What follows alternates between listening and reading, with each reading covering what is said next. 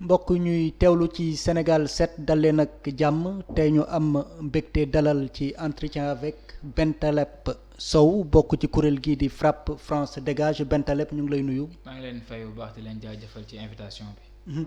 ku ne FRAPP France Dégage ne aussi Guy Marius Sagna mi nga xam ne ci xibaar yu ñu jot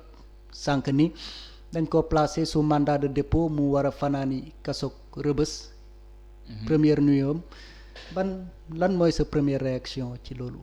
waaw man daanaka dama waxoon ne sax awma ci commentaire bu may def tellement ba affaire bi dafa jéggi dayo te ñaaw ndax ay citoyens yu mel ni Guy Marius Sagna professeur Babacar Diop Souleymane Diockou Diawa Diallo Fallou Galass Seck ñu koy woowee Leuz Malick Biaye Ousmane Sarr ak Guy Marius Sagna moomu noonu Abdoulaye Touré tey ñu nar leen placé leen ci mandat de dépôt war leen yóbbu ñu fanaane Rebeuss te lu ñu doon def mooy manifester ngir courant bi Macky Sall ne dañ koy yokk baadoolo bi di ci sonn góorgóorlu di ci sonn Macky Sall war a ñu doon bëgg mu dellu ginnaaw ci mbir mi ñooñu tey lañ jàpp teg leen kaso ñu fas yéene fanaan seen première nuit Rebeuss loolu daal lu ñaaw loo xam ne loo ko mën a qualifier rek weesu na ko waaw.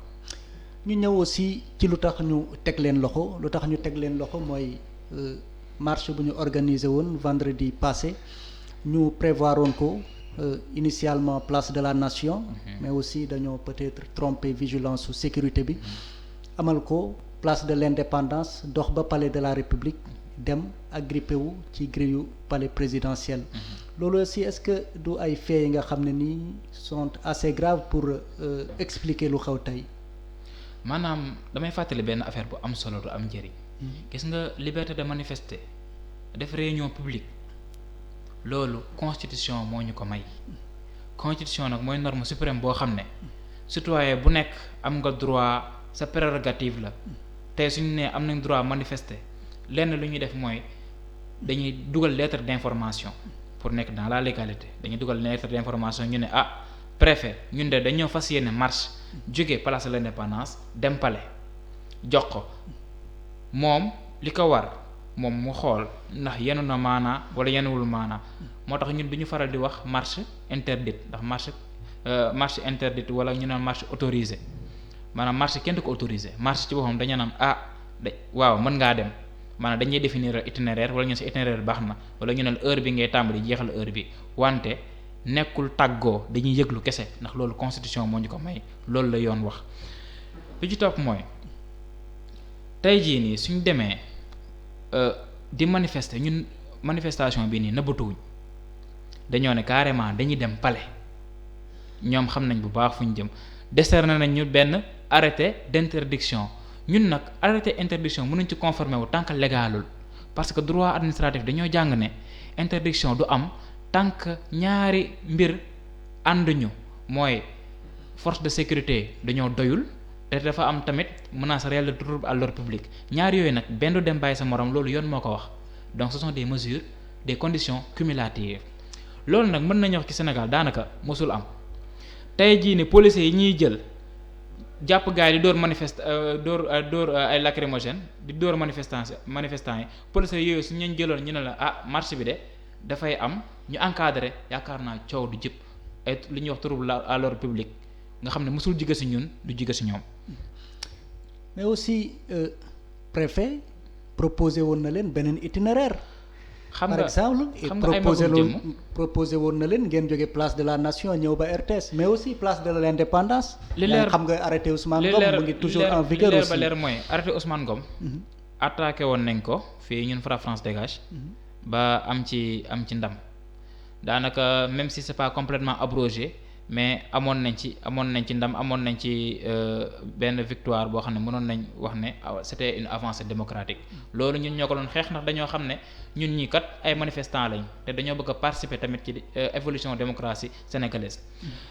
bu dul dara préfet nekkul moom moo ñuy wax fan lañ war a jaar fu ñu warul jaar fan lañ war a dem fu ñu warul dem tey ji itinéraire boobu ñu définir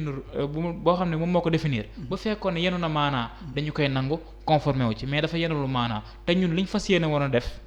mooy manifester palais ndax palais moo ñu ñor suñu interlocuteur principal kan la Macky Sall la ndax décision bi ci moom la jaar donc ñun suñ principal interlocuteur te dem ba pare c'était parce que palais nekkul un lieu interdit nekkul foo xam ne dañ koy bunkeriser buntu palais citoyen bu nekk am nga dem taxaw fa nga marche fa nga ne lii daf maa naqari tey jii ñoo ngi fàttaliku juin 2013 su ma juumul juin la waaye en 2013 la woon ay njege ñaaleew Aliou Sall lu ñu def dañoo dem buntu palais di manifester ndax kontaan nañu ne seen xarit seen àndandoo investir ko ci liste démocratique ci liste législative yi su ma juumul juin 2018 bii nii rek amoon na fi mooy étudiants yi maanaam fii buntu palais du lieu interdit bu fekkee ne dafa am ñoo xam dañ koo defoon dara fekku leen ci ñun ñu def ko ñu jàpp ñu bëgg jël di ñu teg ñu ay tuuma yu amul fenn yaakaar naa loolu la ñuy ooyee justice à deux vitesses loolu la ñuy ooyee kumba bu am ndey ak kumba bu amul ndey te ñun ñoo ci kumba bu amul ndey te pourtant lépp lu ñuy def ngir intérêt askan wi la lépp lu ñuy def ngir réew mi jëm ca kanam la. ñu ñëwaat ci manifestation bi parce que manifestation bi am na sax ñu ko tuddee mission secrète yow ku engagé nga ci mouvement bi est-ce que am nga yenn détails yoo ñu mën a livrer ci ni ngeen mën nañ ko tuddee noonu contourner service de sécurité yi ba ñëw place de l'indépendance ba dox ba palais en ce moment là ñu ngi fàttali ne place de la nation ñu ngi ko bunkeriser woon très sécurisé et tout wala piège la da ngaa gis ne piège la wala. lenn moo am mooy ñun moom suñu def manifestation dañ koy préparer bu baax a baax képp ku bokk ci ñun xam nga li nga war a def. bu fekkee dañ lay jàpp xam nga bu fekkee kenn du la jàpp xam nga à l'avance donc ni ñu def ba yegg place de l'indépendance moom ñun ñoo ko xam te dañ koy dencal suñu bopp mais ni ñu def ba yegg palais it man dama ci am sikki sàkk ndax soo xoolaatee vidéo yu baax dafa mel ni gars yi dañ leen doon xëcc ngir ñu yegg si ndax place de l'indépendance bañ fee regroupé wu policiers yi soriwuñu woon mënoon lañ leen téye foofu mën nañu woon téye ci intersection wan dañ leen bàyyi ba ñëw ba ci palais ba ñu bëgg leen pëtëmee jàpp dugal ci ay oto yóbbu loolu nag libre à chacun de faire son commentaire man sama xalaat laa wax mooy ne dama jàpp ne daf leen neex gars yi yegsi ba biir palais c'est quand même dommage parce que xamul lan lañ am contre ñun de wallaahi mosuñoo yor puso mosuñoo sànni xeer mosuñoo def naka sudul noonu lépp lu ñuy def dañ koy teg ci yoon manifester ci jàmm dem ñuy boire suñuy kër pour l'intérêt du Sénégalais. Est-ce que mën nga gën a clair foofu est-ce que da ngaa jàpp ne Guy Marius Sagna intention autorité mooy jàppoon ko moo tax ñu tegal ko piège ubbil ko yoon bi mu dem ba palais loolu sama intime pour coller ko conviction motif loolu sama intime conviction la dañ ko bëggoon a coller motif kese moo tax ñu bàyyi ko mu yegsi ba foofu noonu ndax mënoon nañ ko téye amul dara lu leen doon empêcher ñu téye leen amul dara yàlla rek a xam nag ak li xew ci biir man loolu sama intime conviction la. mais aussi ñu questionner aussi stratégie frappe France dégage. yéen bëri na li ngeen di manifester bëri na li ngeen di yëngu ci ay questions yu bëri mais aussi dafa mel ni daal seen stratégie du changer. Guy Marius Sagna mooy ñëw jouer les kamikazes ñu teg ko loxo yóbbu rëbës mujj gi ñu fàtte lu mu doon xeex jublu ci libérer Guy Marius Sagna loolu aussi est-ce que benn stratégie bu viable la. ma répété ko. ñun Frapp France dégage. ak organisation yi ñu àndal bis bi ñu def manifestation xam nañ fi ñu war a jaar xam nañ lan lañ koy defee xam nañ kat suñ ko interdire xam nañ ñan lañ war a jàpp. xam nañ ñan lañ warul jàpp ndax tey sooy def manifestation xam nga doo yóbbu sa membre yëpp suñ jàppee ñëpp kan moo ci communiquer suñ jàppee ñëpp kan mooy gérer ñen ñoo nekk ci biir donc ku nekk da nga am sa stratégie personnelle bi nga déroulé beneen bi ci topp mooy Guy Marius Sagna jéewul les kamikazes façon nekkul Guy Marius Sagna rek moo nekk ci kanam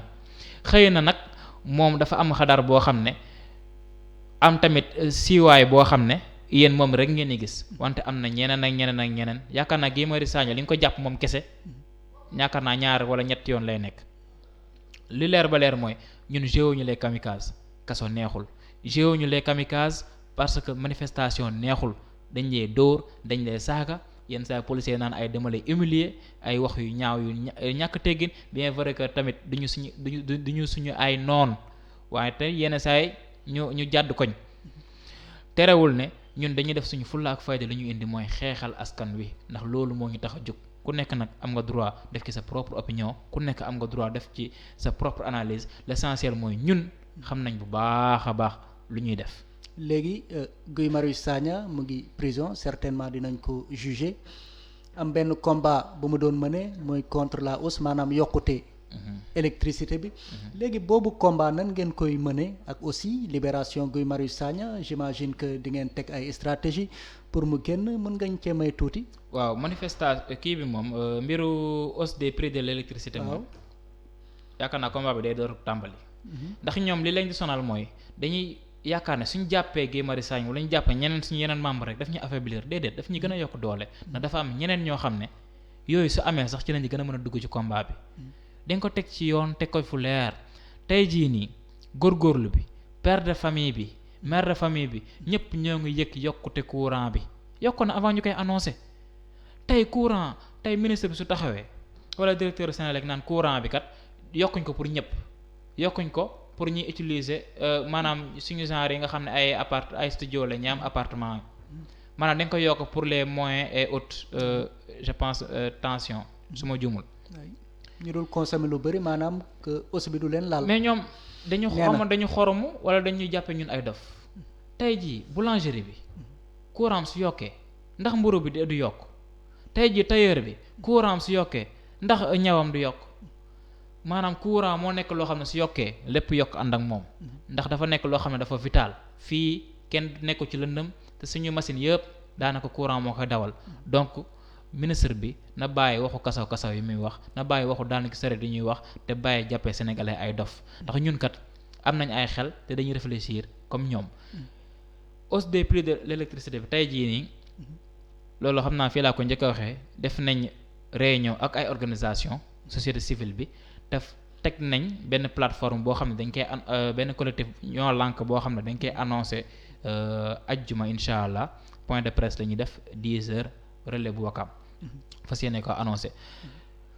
point de presse boobu dañ ciy annoncé nu ñuy xeexalee suñu camarades yi ñu génn ak tamit nan la ñuy def ba Macky Sall mii mu yokk courant bi mu delluwaat ginnaaw ne maa yokkoon yokket. léegi aussi ñu ñëw aussi parce que Guy Marius Sagna et compagnie comme ni nga bëggee ñu ko koy wax parce que du moom kese ay kuréel yu bëri la ay Pape Abdoulaye Touré ñeneen ñi mais aussi peuple bi souvent du suivre seen communication moo roodewul wala parce que li ngeen di xeex d'habitude c'est pour da ngeen naan intérêt peuple bi moo tax ñu koy def mais le peuple toujours ne suit pas. man nag daanaka li la jaaxal moom ma jaaxal mais ni mu ñu jaaxalee maanaam bokkuñ ci degré de compréhension. parce que ñëpp a sonn dëkk bi ñëpp a sonn koo romb moo ngi ñaxtu maanaam li nit ñi di wax ci suuf ñun moom la ñuy wax ci kaw li tax nag duñ génn xeex ñoom ñoo ko xam ak yàlla ñun de dañuy bay suñu waar dañuy def suñu wareef ndax dafa ñoo leer ba leer ne bu fekkee ñëpp dañoo toog croiser les bras téye seen loxo mais dëkk bi du avancer foog mu am ñoo xam ne ce sont des véritables sentinelles de la démocratie ñoo xam ne amul cinq patron nga xam ne cinq patron bi ñu considéré dëgg mooy peuple bi ndax ñun peuple bi lañ gëm peuple bi lañ fi nekkal peuple bi la ñuy waxal ndax tey jii suñu nekkoon suñu combat gisuñ ci avancement dañuy dem toog suñu kër ñu bëri yenn saa dañ naan yéen waral la ñuy xeexal parce que ñun mérito wuñ ko kay Sénégal akumu koo mérito nit ñi akuñu koo mérito ñun nag suñuy xeex bu ñu yaakaar ne dañuy xeex ngir sénégalais yi sénégalais yépp dañuy xeex surtout ngir ñun dañuy xeex surtout ngir suñu famille ndax kat bokk duñu bëgg a bokk ci ñoo xam ne fii ak ay at dañ naan Sénégal suñu gaal ba muy suux ñun dañoo toogoon di xoole dañoo bay suñu waar te tey jii nii bés bu set ñoo ngi koy wane tey jii nii ñu ci mel ni Guy Marius Sagna ñu ci mel ni Pape Abdoulaye Touré ñu ci mel ni docteur Babacar Diop ñu ci mel ni Diawa Diallo ñooñu ñoo ngi jug xeex ngir Sénégal jëm ci kanam loolu nag moom peuple bi franchement mu topp ñu wala bañ ñoo topp l'essentiel dañuy def suñu wareef suñu ñëwee baax na te moo ñu gënal suñu ñëwul kat ñu dolli fas jom ndax Sénégal moom duñu ko bàyyi ndax Sénégal keneen du jóge ci Europe wala jóge feneen ñëw dañu ko defaral. ñoo koy defaral suñu bopp. si pour tëj pàcc boobu am ay information yu jotoon ñu ne Guy Marius Sagna ay compagnie dañoo sumboon grève de la faim mën nga ko confirmer. waaw effectivement Guy Marius Sagna ak ñi mu àndal dañoo defoon grève de la faim. ba léegi ñu ngi ci. maanaam bi mooy xam nga démb sax xawoon nañ naan ndox tuuti mais tey jii nii ndox dañ leen indil ñu ne bëgguñu. donc dañoo nekk ci grève de la faim totale. maanaam dañuy xiifal lekkuñu naanuñu ndax lan dañ leen séquestré dañ leen kidnappé ndax ñoom ce sont des dignes citoyens de ce pays ñoom li ñuy xeex ngir askan wi la. li ñuy xeex sax gaa policiers yi di leen jàpp sax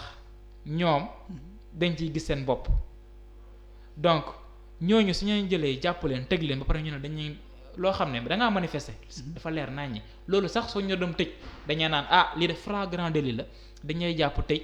suñu tegee ñetti fan ñu jugé la. su ñëwee jàpp ñu jàpp la su ñëwee bàyyi ñu bàyyi la wax ñu bëgg a jël dossier bi yóbbu ko en instruction maanaam injustice weesuwul loolu. ñu amaat beneen information Moussa Biaye mi nga xam ne ni yaakaar naa FRAPP France dégage la bopp ñu ne dafa doon piqué ay crise aussi mën nga koo confirmer. waaw Malick Biaye suñu camarade bu FRAPP France dégage dafa piqué ñaari crise ba pare tey jii sax ba mu génnee sànq ak entretien ma ak doyen face à face am ak doyen des juges ñaari agent pénitentiaire ñoo ngi ko téye parce que dafa nekk vraiment ci état boo xam ne doy na waar lool bu critique te moom tamit fas yéenewul lekk fas yéenewul naan ba keroog ñu koy bàyyi ndax dafa jàpp ne dañ koo kidnappé dañ koo séquestré place am de prison. kon fu mu toll nii ñu ngi rëbës peut-être mais dañuy wëyal seen grève de la faim. waaw liñ fi jotoo amagum mooy ci information mooy dañuy wéyal seen grève de la faim ba keroog ñu leen ñu bàyyi ndax lenn dafa am gis nga ñoom ay jàmbaar lañ ndax dañoo xeex di xeexal Sénégal ba dugg kaso continuer di xeex pour fas yéene génn kaso maanaam ñooñu ay nitu dëgg leen ay nit yoo xam ne sénégalais bu nekk même bu fekkee participer woo ci manifestation même bu fekkee ne hausse bi intéressé wu la maanaam ñooñu da nga leen war a soutenir da nga leen war a jox cër da nga war a boole parce que dañoo bokk ci histoire dañoo war a boole ci nit yoo xam ne dañoo bokk ci ñi avancer démocratie Sénégal. ñu wax léegi ci seen stratégie seen concept d'habitude FRAPP France dégage parce que Bentaleb Sow bu Kémi Séba doon lakk billet bu 5000 francs bi yaakaar naa yaa ko joxoon briquet bi. mu juraloon la confirmé ma ko léegi juróomi fani kaso. donc yéen seen combat. ba ma ko doon résumé lan la exactement. waaw Bentaleb Sow ñoo ngi ko jàppoon ci affaire Kémi Séba. ba Kémi Séba taalee billet junni bi. taal bu symbolique nag. parce que ñu bëri ba tey ñoo ngi laam naa ay waru ko woon taal mais benn du seen xaalis. ñaar. taal bi c'était symbolique maanaam jëluñu ay billet di ko taal dañoo jël benn billet taal ko billet Kémi Séba moo jël billet taal ko ngir wane ne CFA kat baaxul ndax tey jii nii mbirum CFA yàgg nañ cee wax avant 2017 mbirum CFA gars yi ñu ngi koy wax depuis avant indépendance ba tey jii nii mais pour mu am benn boom nga dégg ñëpp di ci wax même couche sociale bi maire bi jaay caf jot si loolu problème la woon mais dañoo dem ba xam ne foog ñu teg benn stratégie boo xam ne dinañu permettre ñëpp jot si ndax mbir débat bi du débat ay technique économique maanaam experts yi ñooy toog ci télé bi naan wi réserve de change affaire yi kan mooy comprendre loolu citoyen lam daa mën comprendre Kémi Séba a décidé jël billet taal ko mu def tollé médiatique ñëpp di ci wax national comme international tey maire bi jaaf caa sax mën a waaye gone gi Kémi Séba moom li tax muy taal junni bi nga xam su ma ko joxoon ma lekk ci foofu nag nga mën a jaaree nit ñi expliquer leen li tax CFA baaxul ci suñu réew léegi dàqoon sax génn ko réew mi ñu mujj ko expulsé te même chose ñoo ngi koy gisaat ci mbirum Nathalie Yamb mii di nekk Côte d'Ivoire waaye bu dul loolu CFA lañ dem xeex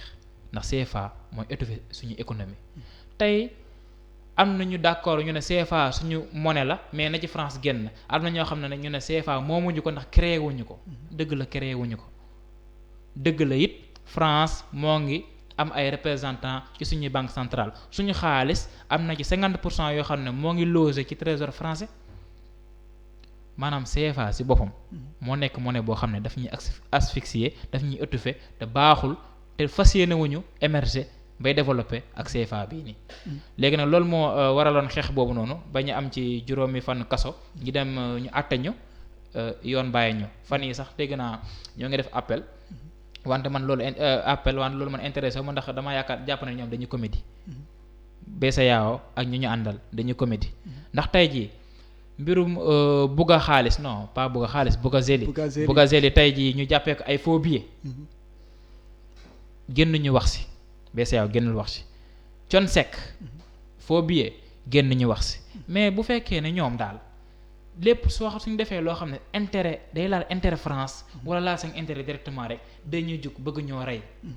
maanaam loolu la citoyen bi war a comprendre wala peuple la war a comprendre maanaam ñii dañuy foyee suñuy xel bu fekkee ay honnête citoyen dañuy jug xeex ak ñoom dañuy jàmmarloo ak ñoom bu fekkee ne ay délinquants financiers leen ñu bàyyi la ñu nekk seen jàmm donc kii réfléchir kii xalaat war na comprendre ne ñii kat dañuy fontoo ñii kat dañuy yàpp ñii kat bëgguñu ñu développer maanaam ñoom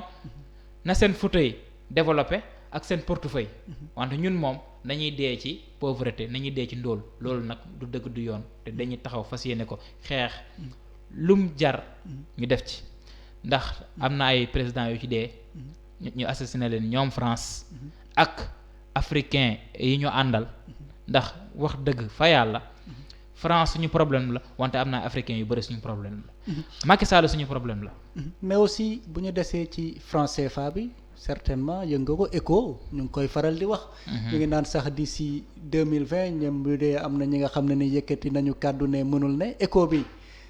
du solution nga foog ECO bu ñuy wax maanaam ECO solution la woon keroog ba ñuy bind projet bi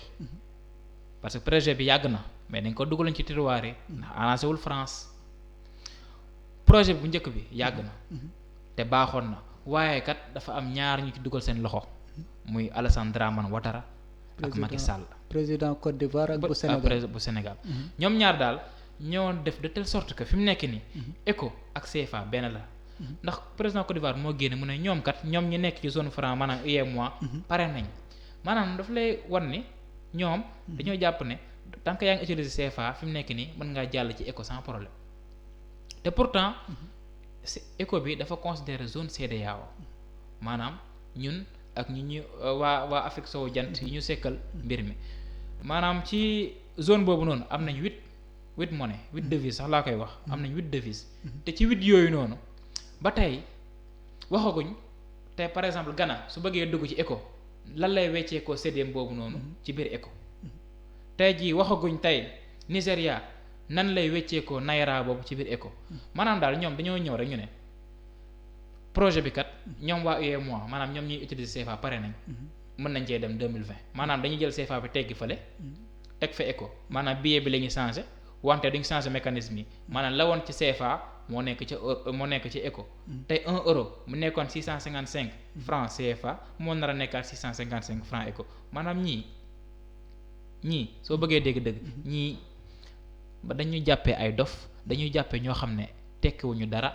dañu bëgg a jël entretenir ñu ci ndóol dañu bëgg a jël def ñu maanaam man daal ñi daal ay kii la ñuy jàppee daal ay nit yoo xam ne tekkiwuñu dara ñun daal dañuy toog sataan rek ñoom ñuy def ñun ñuy appliquer loolu nag yaakaar naa moo nekk loo xam ne war naa jeex benn yoon ci suñu zone CEDEAO surtout suñu zone UEMOA parce que ñun ñi nga xam ne France moo ñu colonisé woon wax dëgg fa yàlla ci zone bi yëpp ñun rek ñun ñoo développé wul ñun ñu France colonisé woon te soo gisee Nigéria romb nañu di dem Ghana romb nañu di dem wante noo ci gis Côte d'Ivoire nga xam ne entre Côte d'Ivoire ak Sénégal ñoo bokk ci les pays les plus performants gis nga ndóol tey Sénégal ba tey mu ngi bokk ci ñaar fukk ak juróom dëkk yi gën a ndóol ci àdduna bi kañ lañ ciy génn du ak CFA du ak ECO bi ñu normal 2020 maanaam ñun ECO ak CFA pour ñun ñoo bokk yem fi mu nekk nii te ni ñu rejeté CFA noonu lañ rejeté ECO bii nii di waaj a ñëw. mais aussi am na ay spécialistes yu wax ne génn ci franc CFA c'est trop risqué dégg naa ci kenn sax ku joxe ay exemple ñu ne réew yu nekkul ci franc CFA mën naa ci citer Guinée Gambie yi ni mel. Ils ne sont pas mieux lotis que nos pays. gënuñu nekk suñu réew yi nga xam ne nii ñu ngi ci CFA aussi. maanaam comparaison n'est pas raison xam nga lu tax. te Algérie mi doon utiliser CFA.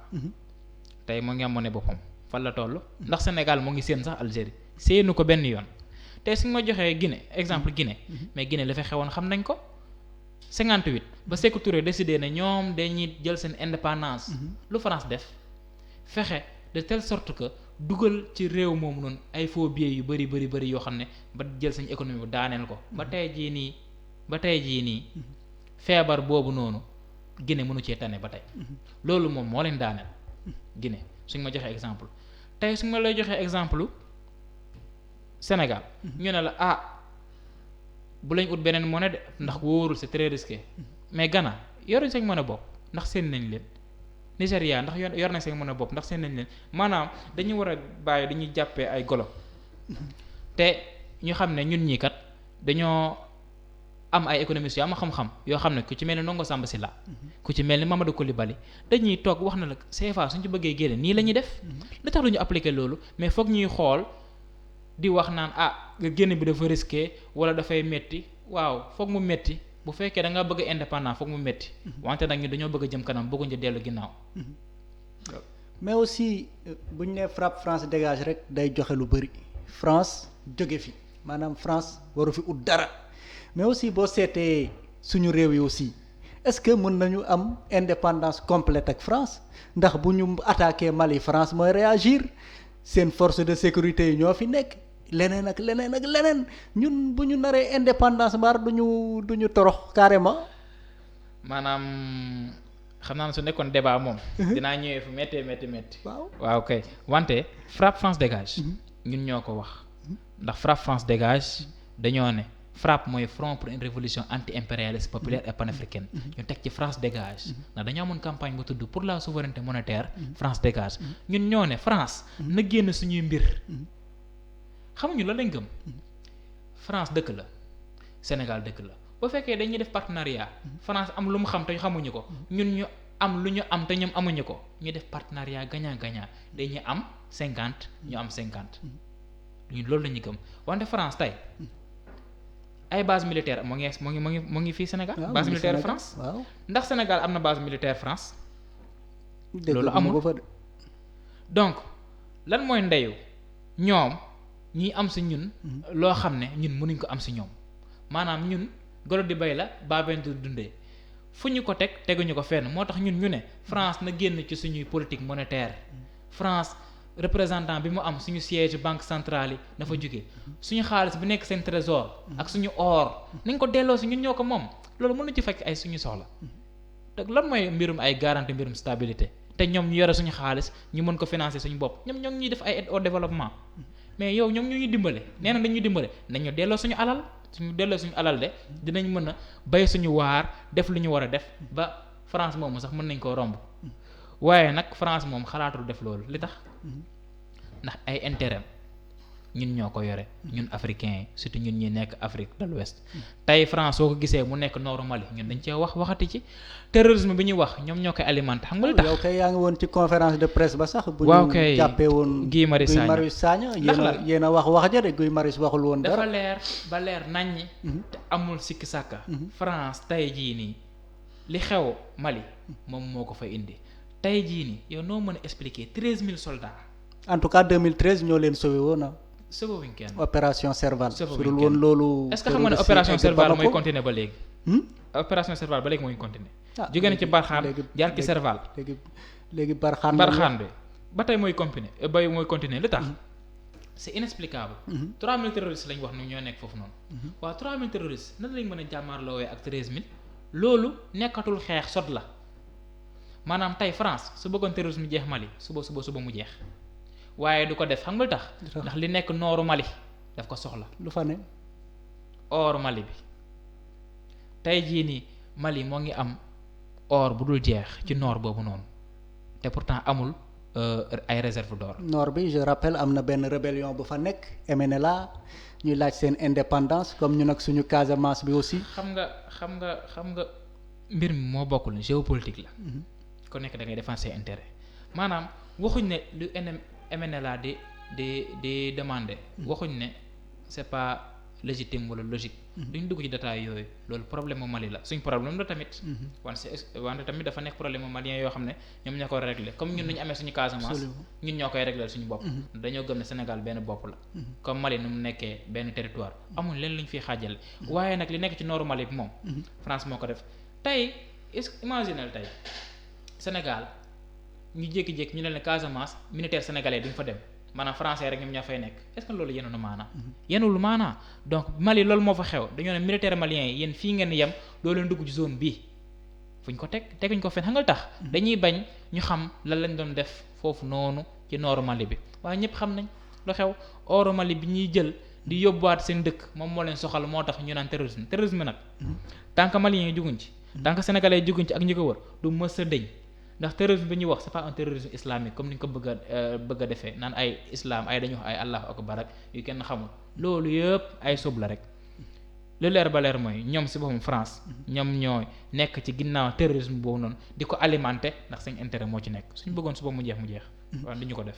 yeneen ngeen di faral di joxoñ baaraamu tuuma aussi présence française trop ci suñu économie yéen a mëne woon combat ba contre Auchan Eiffage ak lu ne. loolu tamit moom yéemewul yéen daal ay bañkat ngeen rek quoi da ngeen bañ France rek quoi nii. maanaam yàlla nañu yàlla musal ci bañ benn réew. gis nga peuple sénégalais. ak peuple français amuñu benn problème. ni sénégalais yi di xeexee ngir Sénégal jëm kanam. noonu la am ay français di xeexee ngir Sénégal jëm kanam. tey jii nii Sénégal. am na ay gilets rouges am na waa FRAPP am na SNP am na FDS am na ay Y'en a marre. am ay nitu dëgg. ñooñu. dañuy xeex ngir askanu Sénégal ñu mën a gis seen bopp ci li ñëpp bokk te état bi di ko gérer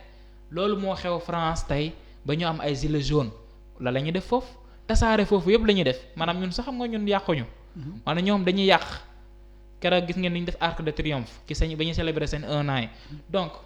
France ci boppam moo am ay problème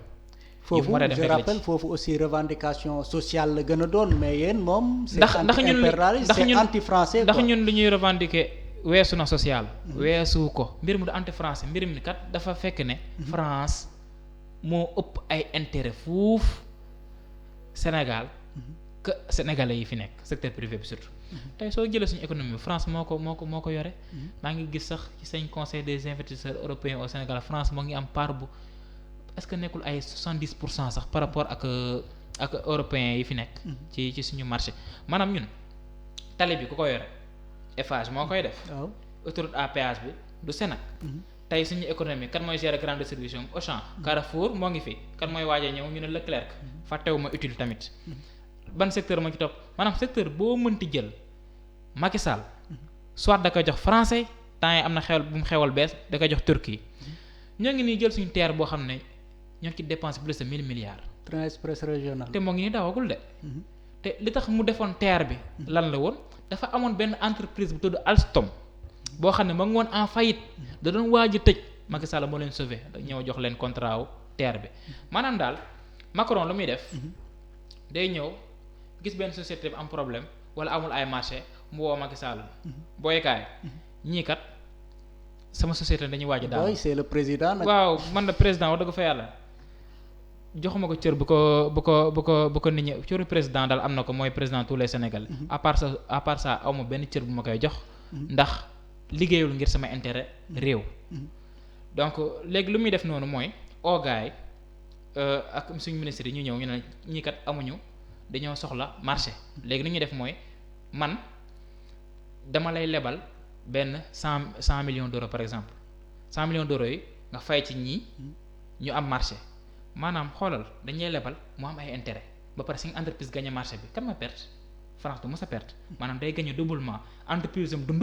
gën a am doole ba pare nga delloo ko xaalis ak ay intérêt te tey jii ne ñoo ngi am problème pour dawal terre bi ndax xaalis moo amul donc ñun dañoo am chef d'état yoo xam ne ay président yoo xam ne ay marionnette lañ amuluñu njëriñ askan wi amal nañ njëriñ France kenn comprendre nag li tax loolu lu leer ba leer mooy doy na waar lool. te Macky Sall mii kat bokkuñu gis-gis ci réew mi dama yaakaar ne. kàddu gu mujj gi. kàddu gu mujj gi mooy ñun FRAPP France dégage ak bépp mouvement bu ko bëgg. dinañ xeex lu mu laaj ñu def ko bu fekkee dee la ñu def ko bu fekkee ne tamit dañuy tëj kaso ñu def ko waaye suñu Sénégal dana jëm ci kanam mu neex mu naqari les ennemis de la nation ni mu la ñuy wooyee muy gouvernement bi ak ñu àndal ak seeni ñooñ tey dinañ xeex ngir suñu camarades yi ñu jël def leen ci kaso bi alors que 5 places du kaso 5 places moo ngi seen wut seen kër place ñoom Malick Biaye ñoom Diallo ñoom Souleymane Diop nga xam ne ay étudiants leen ñoo ngi 5 places moo ngi ci amphithéâtre ya fi mu nekk nii tey place professeur Babacar Diop nga xam ne professeur titulaire la place am moo ngi université place ñoom Pape Abdoulaye Touré Fallou Gala Seck seen kër la 5 places liggéeyukaay la maanaam ak Ousmane Sarr fàttewu ma ko donc bëgguma ci fàtte kenn moo tax lim damay faral di bañ di lim ñooñu seen place de prison donc moo tax dinañ xeex def suñ kéemtalaay kattan ngir ñu bàyyi leen ñu ñibbi seeni kër ngir ñu bàyyi leen ngir ñu dellu seeni occupation te ñu dañoo fas yéene sumb xeex boo xam ne balaa moo ñu ko arrêté daa fekk ne courant bii kat Macky Sall mii wax ne dafay yokk dina delluwaat ginnaaw ne man kat maa ne woon maa yokkoon yokket. jërëjëf kon Bentaleb Sow may fàttali ne moom lañ doon dalal Bentaleb Sow bokk ci FRAPP France Dégage ci seen émission entretien avec dañuy profiter aussi ci occasion bi rendre hommage à aussi Guy Marius Sagna di ko ñaanal ci xat-xat bu mu nekk yàlla jëlee ko si ndax dañ koy assumer suñu xarit la saa ñu ko woowee mu teew boole ci courtoisie bu mot sëkk xel aussi dem ci suñu beneen xarit di Pape Abdoulaye Touré ak ñëpp ñu àndal ñu leen di ñaanal rek jàmm fekk leen fu ñu ne Bentaleb ñu ngi lay nuyu mbokk yu ñu doon seetaan jërëjëf ñu leen di dig daje beneen àllarba jërë ngeen jëf.